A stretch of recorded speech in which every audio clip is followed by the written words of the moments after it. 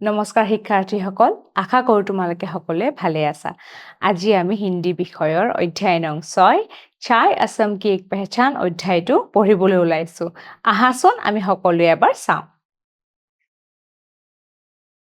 ইয়াতে কি কৈছে?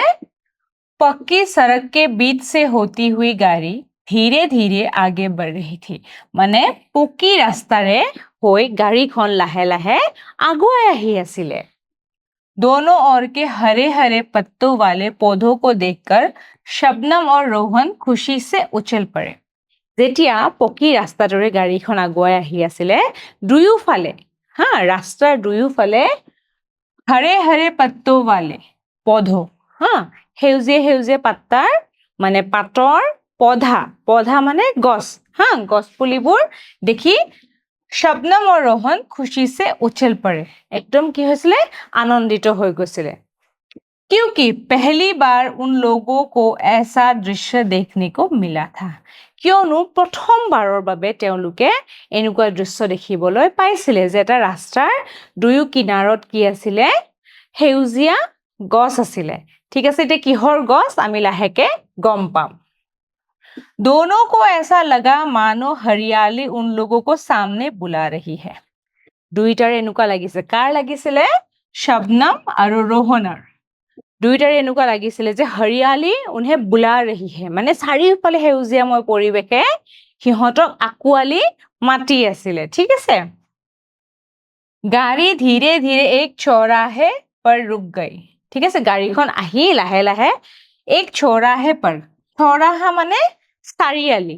ঠিক আছে, আমি যেটো অসমীয়াত চাৰিয়ালি বুলি কওঁ, এইটো চোৱা, এইটো এটা ৰাস্তা, এইটো এটা ৰাস্তা, এইটো এটা ৰাস্তা, এইটো এটা ৰাস্তা, এই মাজৰ জায়গাখিনিক কি কয়? চৌৰাহা, চক বুলি যোনটো কয়, চাৰিয়ালি। ঠিক আছে, চৌৰাহে पर रुक गई जहां लोगों की भीड़ खड़ी थी। সেই চৌৰাহা অৰ্থাৎ চকটোত বহুত মানুহৰ ভিৰ জমা হৈছিলে। शबनम पिताजी से बोल उठी, पिताजी वहां क्यों भीड़ लगी हुई है? এটা কি হল, যেটা ভিৰ দেখা পালে, ভিৰ দেখা পোৱাৰ পিছত কি হল, শবনমে দেউতাকক সুধিলে যে দেউতা সেই জায়গাত ইমান ভিৰ কিয় হৈছিলে। ঠিক আছে, শবনমে প্ৰশ্ন কৰিলে। এতিয়া আমি চাম। शबनम के सवालों का जवाब देते हुए पिताजी बोले। এতিয়া শবনমে প্ৰশ্নটো সুধিলে, দেউতাকে উত্তৰত কলে वहां झुमुर नृत्य चल रहा है। ঠিক আছে, वहां झुमुर नृत्य, এই তুমি চিত্ৰটো দেখিবলৈ পাইছাই তোমালোকে। চোৱা, গাড়ী লৈ এনেকে আহিছিলে, দুয়োফালে হৰিয়ালি, ঠিক আছে, মানে সেউজীয়াময় পৰিৱেশ, আৰু ইয়াতে চোৱা ঝুমুৰ নৃত্য চলি আছে। ঠিক আছে, झुमुर नृत्य चल रहा है इसलिए लोगों की भीड़ लगी हुई है। সেইকাৰণে মানুহৰ বহুত ভিৰ লাগি আছে। इसी बीच झुमुर का सुमधुर गाना उन लोगों को सुनाई पड़ा। যেতিয়া তেওঁলোকে আহি আছিলে, চাৰিওফালে কি হৈছিলে, মানুহ ভিৰ হৈ গৈছিলে, ঝুমুৰ নৃত্য চলি আছিলে, তেতিয়া তেওঁলোকে ঝুমুৰৰ এটা গীত শুনিবলৈ পাইছিলে। আসাম মৰলে हमराओ मरबो কোনো ভুল নাই ৰে, জীবনে মৰনো আসাম সোনাৰ আসাম দেশ ৰে। এইটো এটা ঝুমুৰ নৃত্যৰ গীত হৈ ইয়াতে গীতটো দিছে। ঠিক আছে, আমি এতিয়া নেক্সট এটা চাম। गाना सुनकर उन लोगों को पता ही नहीं चला कि कब वे गाड़ी से उतर पड़े। গানাটো শুনি মানে গানটো শুনি কি হৈছিলে, ইমানেই ভাল পাইছিলে যে কেতিয়া তেওঁলোকে গাড়ীৰ পৰা নামি গল গমেকে নাপালে। গানটো শুনি গানটোত মগ্ন হৈ গৈছিলে। दोनों झुमुर देखने लगे। शबनम আৰু शबनমৰ ভাতৃয়ে কি কৰিলে, ঝুমুৰ देखने लगे। इसी बीच पिताजी बोल उठे। ইয়াৰ মাজতে দেউতাকে কলে, চলো उस दुकान में हम चाय पीते हैं। বলা আমি সেই দোকানখনত, ওচৰৰে দোকানখনত চাহ খাওঁ। सभी दुकान में बैठ गए। সকলোৱে কি কৰিলে, দোকানত বহি গল। चाय की चुस्की शबनम लेकर बोल पड़ी। মানে চুস্কি মানে চাহৰ চুস্কি, মানে আমি যে চাহ খাওঁতে এনেকে এটা ঘুট মাৰো নে নাই, সেইটো চাহৰ চুস্কি বুলি কয়। ঠিক আছে, চাय की चुस्की शबनम लेकर बोल पड़ी। वाह, মানে চাহ কাপ খাই মানে শবনমে কৈছে वाह, মানে বিৰাট ভাল লাগিছে। पिताजी यहाँ की चाय का स्वाद ही कुछ निराला है। যে দেউতা ইয়াৰ চাহৰ দেখোন সোৱাদটোৱে বৰ বেলেগ ধৰণৰ। মানে आप पीकर देखिए ना पिताजी, আপুনি খাওকচোন, ইমান ভাল লাগিছে, বৰ বেলেগ ধৰণৰ সোৱাদ দেই, তেনেকে কৈছে। চায় কে কপ পৰ মুহ ৰখকৰ পিতাজী बोलने लगे। চাহৰ কাপটো মুখত লৈ কি কৰিছে, দেউতাকে কৈছে, হা চায় তো বহুত अच्छी बनी है। চাহটোতো বৰ ধুনীয়া বনাইছে দেই। इसकी खुशबू, खुशबू মানে সুগন্ধ, खुशबू भी बढ़िया है। ইয়াৰ সুগন্ধটো খুব বঢ়িয়া মানে। ये चाय हमारे असम की है। এই চাহ আমাৰ অসমৰ হয়। ये हमारे असम की एक पहचान है। चाय असम की एक पहचान है। আমাৰ অসমখন চাহৰ বাবে, চাহপাতৰ বাবে, চাহৰ বাবে পৃথিৱী বিখ্যাত হয়, আমি সকলোৱে জানো। आते समय सड़क के दोनों ओर तुम लोग जो हरे हरे पत्ते वाले पौधे देखते हुए आए हो, ये वही चाय है। তোমালোকে যে ৰাস্তাৰে আহোঁতে দুয়োফালে যে হৰে হৰে পত্তা অৰ্থাৎ সেউজীয়া গছ পুলিবোৰ যে দেখি আহিছা, সেয়ে চাহ হয়। ঠিক আছে, চাহৰ গছ হয়। जो हम लोग पी रहे हैं, যিটো আমি এতিয়া চাহ খাই আছো, সেইটোৱে চাহৰ গছ হয়, যাৰ পৰা চাহপাত হয়। চলো দেৰ হৈ ৰহি হে, বলা দেৰি হৈছে। এতিয়া তোমালোকে ইয়াতে দৃশ্য এটা চোৱা। এইটো চাহ বাগানত এগৰাকী মানুহে কি কৰিছে, এগৰাকী মহিলাই ইয়াতে চাহপাত তুলি আছে দেই, চাহ গছৰ সেই চাহৰ পাতবোৰ তুলি আছে, ইয়াতে চোৱা। ঠিক আছে, এতিয়া আমি নেক্সট চাম। वे लोग फिर रवाना हुए। তেওঁলোকে কি আকৌ গুচি গ'ল আৰু। ঠিক আছে, গন্তব্য স্থানলৈ গুচি গ'ল। গাড়ী চল পৰি, গাড়ীখন আৰম্ভ কৰিলে যাবলৈ। গাড়ী কি গতি ধীৰে ধীৰে বঢ়নে লগে, গাড়ীখন লাহে লাহে আগুৱাই গ'ল। बातों बातों में रोहन ने पिताजी से पूछा।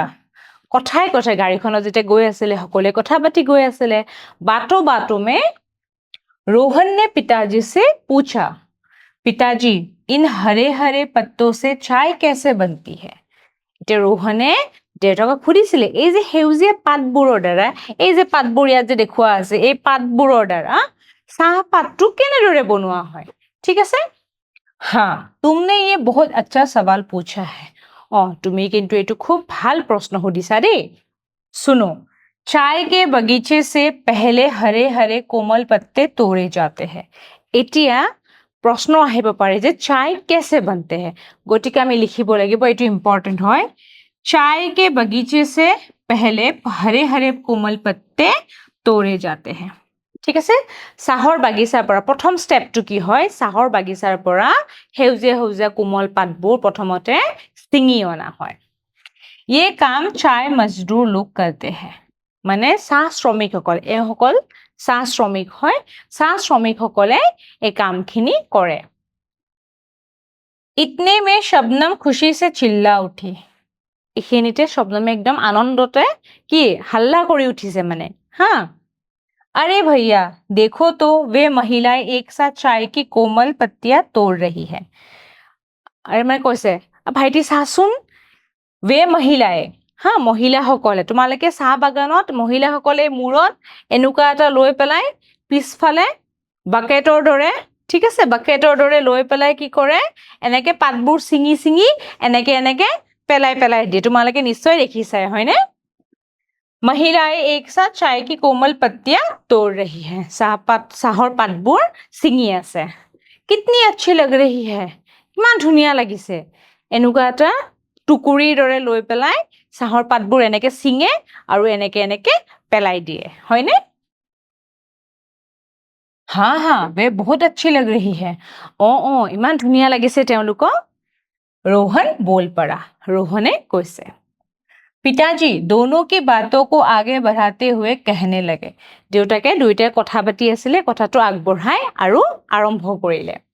साधारणत चाय बगीचों में पत्ते तोड़ने का काम ज्यादातर महिलाएं करती हैं। এতিয়া সাধাৰণতে চাহ বাগিচাবোৰত পাত ছিঙা কামটো মহিলাই কৰে। আমি সততে মহিলাবিলাককে কিন্তু চাহ বাগানৰ পাত তোলা কামটো কৰা দেখা পাওঁ। इसके बाद पत्तों की सीटीसी मशीन पर दिया जाता है। কি হৈছে, ইয়াৰ পিছত ছিঙি অনাৰ পিছত পাতটো ক'ত দিয়া হয়, सीटीसी মেচিনত সোমাই দিয়া হয়। इस तरह मशीन से कई प्रकार की चाय निकाली जाती है। এতিয়া পাতবোৰ মেচিনটোত সুমুৱাই দিয়ে আৰু সেই মেচিনটোৰ পৰা বিভিন্ন ধৰণৰ চাহৰ পাত ওলাই আহে यहाँ से कुछ ही दूरी पर जोरहाट के टोकलाई में विश्व का प्रथम और एशिया का सबसे बड़ा चाय का research centre Tocklai tea research centre अवस्थित है এইটো খুবেই ইম্পৰ্টেণ্ট প্ৰশ্ন হয় ঠিক আছে মানে প্ৰশ্ন তোমালোকৰ আহিব পাৰে এইটো খুব ইম্পৰ্টেণ্ট হয় प्रश्न আহিব পাৰে যে विश्व का प्रथम और एशिया का सबसे बड़ा चाय का रिसर्च सेंटर का नाम क्या है তেতিয়াহলে উত্তৰত হ'ব टोकलाई टी रिसर्च सेंटर ঠিক আছে এই উত্তৰটো মনত স্পেলিংটো মনত ৰাখিবা टोकलाई टी रिसर्च सेंटर ঠিক আছে এতিয়া আৰু এটা প্ৰশ্ন আহিব পাৰে যে टोकलाई टी रिसर्च सेंटर कहाँ अवस्थित है গতিকে আমি লিখিব লাগিব Tocklai tea research centre Jorhat के टोकलाई में अवस्थित है এনেদৰে উলট পালটকে প্ৰশ্ন সুধিব পাৰে এইখিনি মনত ৰাখিবা मौका मिले तो हम कभी इसे देख लेंगे আমি যদি সুবিধা পাওঁ আমি ইয়া কেতিয়াবা চাবলৈ যাম আশা কৰো তোমালোকে অধ্যায়ৰ এই ভাগটো ভালদৰে বুজি পাইছা এতিয়া আমি অকমান মূল্যাংকনৰ প্ৰশ্নবোৰ চাওঁ আহা ইয়াতে প্ৰথমটো কি দিছে चाय असम की एक पहचान है शुद्ध और अशुद्ध শুদ্ধ নে অশুদ্ধ আমি সকলোৱে জানো যে चाय असम की एक पहचान है চাহৰ পৰাই অসমক গোটেই বিশ্বই ভালদৰে চিনি পায় গতিকে इसका आंसर होगा शुद्ध এতিয়া আমি নেক্সট প্ৰশ্নটোলৈ যাওঁ আহা ঝুমুৰ নৃত্য বিহাৰ की पहचान है ঝুমুৰ নৃত্য বিহাৰৰ এটা নৃত্য হয় ঠিক আছে ঝুমুৰ নৃত্যৰ দ্বাৰা বিহাৰক সকলোৱে চিনি পায় এইটো শুদ্ধ নে অশুদ্ধ নিশ্চয় এইটো অশুদ্ধ হ'ব ঠিক আছে এইটো অশুদ্ধ হ'ব ঝুমুৰ নৃত্য असम की पहचान है बिहार की नहीं झुमुर नृत्य असम की पहचान है नेक्स्ट प्रश्नটো চাওঁ আহা এইটো কি দিছে 3 নম্বৰটো विश्व का प्रथम और एशिया का सबसे बड़ा चाय का research centre Tocklai tea research centre এইটো নিশ্চয় শুদ্ধ হ'ব কাৰণ বিশ্বৰ प्रथम और एशिया का सबसे बड़ा चाय का रिसर्च सेंटर का नाम है टोकलाई टी रिसर्च सेंटर গতিকে এইটো হ'ব শুদ্ধ ঠিক আছে আশা কৰো এই অধ্যায়টোৰ এই ভাগটো তোমালোকে ভালদৰে বুজি পাইছা আজিলৈ ইয়াতে সামৰিছো ধন্যবাদ